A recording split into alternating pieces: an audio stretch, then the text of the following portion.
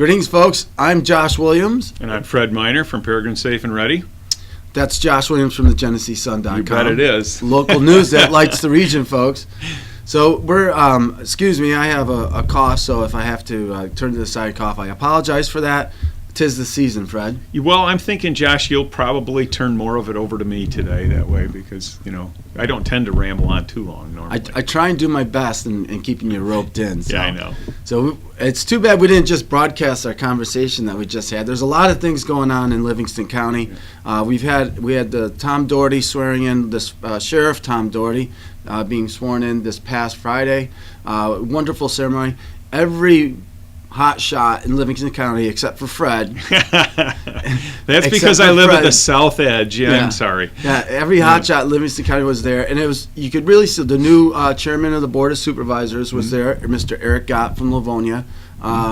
It was just a thrilling evening to see young, energetic leaders on the stage. And the hope is that we're going to get some real change and move things in a very positive direction going forward. We're going to see what happens, and that was sort of what my editorial is about, Fred. We talked about, political landscape and things being so connected and the power of people being like it's a spider web. Oh, it's incredible. And I'm working on something I can't talk about as of yet.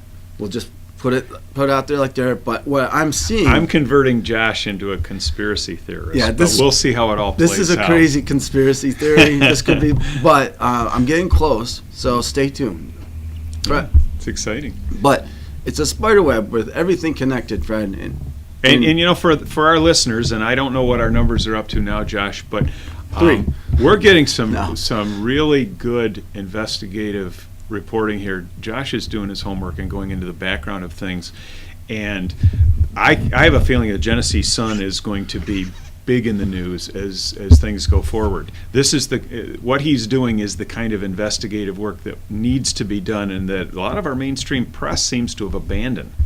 It has. I mean, Bob Lonsberry, who I listen to every now and then, he's talking about, he uncovered the new mayor of Rochester, her husband had a criminal history. Which my mother-in-law was just talking to me about this morning as well. Yeah, we've got a new mayor in Rochester whose husband, as a youthful offender, was part of a major jewelry store heist. $1 million, armed robbery, getaway car. Unbelievable. The whole thing. And the DNC up there, the Democrat in Crapical, didn't find this out. And they wrote a story on this robbery. Or did they know about it and suppress it until after the election?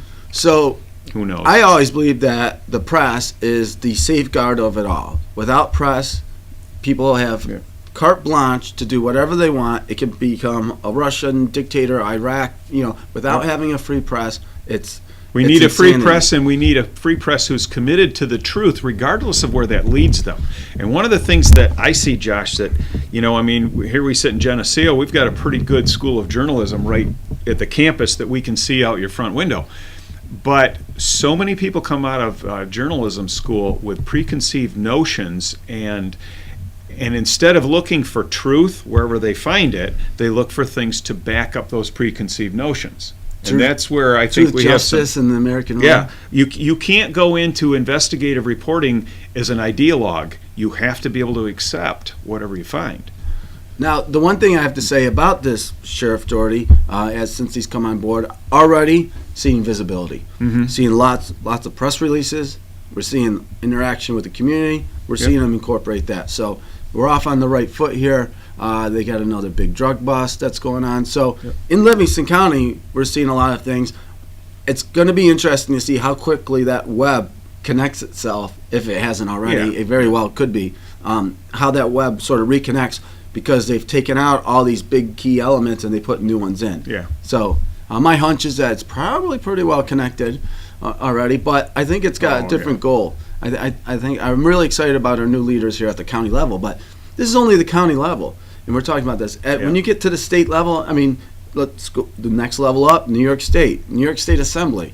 Crazy. Well, just look, we had a big ethical investigation a while ago, mostly downstaters in the New York City and boroughs. But have you ever been to New York? Hate it. Yeah. Yeah. I can't see you walking around New York City, people bumping into you, and you're like, you know what's funny? The first time I went to New York City, there's a real side trail here. We were downtown Manhattan. I worked for Corning Incorporated at the time. We had a downtown sales office right in Manhattan. You say Manhattan like a redneck. And one of the fellas whose daughter lived down there, older guy, was taking me around. They said, just stick with Dick. He'll take you to, see the sights, and you won't get lost. He knows his way around and everything. And this guy was absolutely enthralled with the city, and we went to cathedrals and big stores and different stuff. And then he wanted to, in his words, have a libation. And we went in this little classic New York City drink, which at the time, all I had was ginger ale. But it was one of those half a flight downstairs off the street level. Yeah. And there was some psycho in there that wanted to kill everybody in the world. And this was, talk about live to my stereotype vision of New York City. Here's this nut job that belonged in Bellevue that was, saying that God is dead and he wanted to kill everybody in the bar. So how'd that work out? We left. I kept an eye on the guy and didn't let him get behind me. And as quick as we could, we got out of the place. But I don't like that level of crowding. I'm not a big fan of urbanization at all. I've lived my entire life out in a rural district, and I want to keep it that way.